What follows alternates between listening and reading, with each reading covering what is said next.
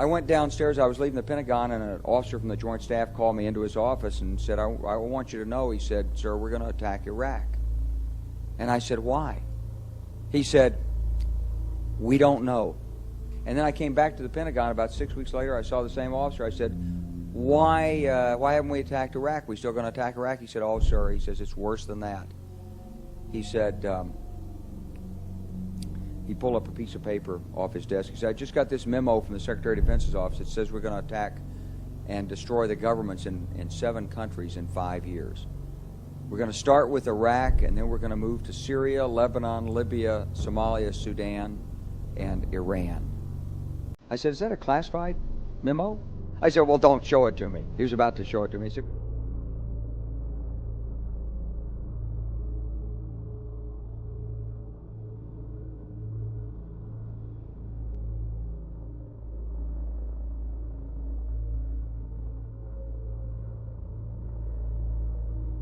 زرع كم واحد؟ 5 6 كلهم كانوا أكراد؟ أكراد ومسيحية وعرب مشكل. عن طريق تركيا، أنا بعرف تركيا أبغى. يجوا عن طريق على أساس إنه جيش حر. من تركيا تدعم الجيش الحر. يجوا على أساس إنه جيش حر وهن دولة. هن دولة إسلامية. يجوا بصفتهم كجيش حر. بس وصلوا سرقة. انقلبوا يصيروا دولة إسلامية.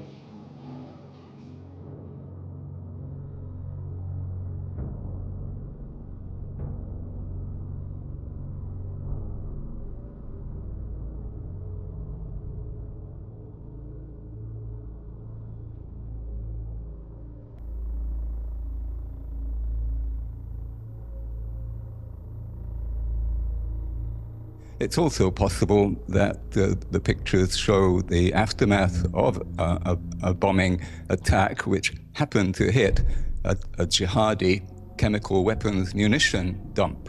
We know for a fact that the jihadis were storing chemical weapons in schools in eastern Aleppo because these were seen later by Western journalists.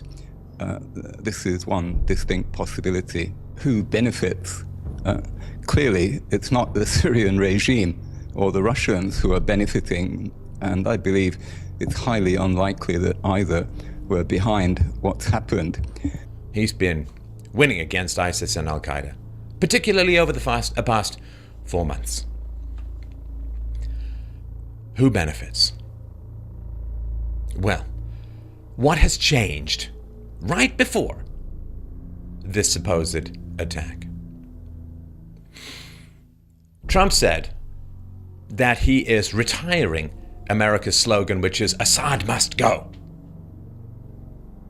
So Trump is signaling that he no longer wishes to intervene on the part of the crazy, extremist, often jihadist rebels against Assad's government, that he is no longer going to ally with ISIS and other radical groups against Assad. Ooh. So they're already losing if the US withdraws its support. What's going to happen? They're going to lose even more. Tillerson said that, and I quote, Syrians will determine the future of Syria. Big ally may be pulling out. What are the rebels supposed to do?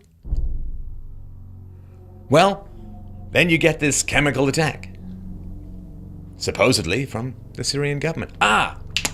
Slight challenge about that. The Syrian government actually gave up all of its chemical weapons in 2013. And there's not one single shred of proof that they've acquired any since then. From the mainstream media, bloodthirsty zombie cheerleaders cheering on the army of death that marches into our very homes. Further, it is very important that the Russian government consider carefully their continued support for the Assad regime. Sir, does Assad have to go? Assad's role in the future is uncertain, clearly, and with the acts that he has taken, it would seem that there would be no role for him to govern the Syrian people. So will you and President Trump organize an international coalition to remove Assad? Those steps are underway.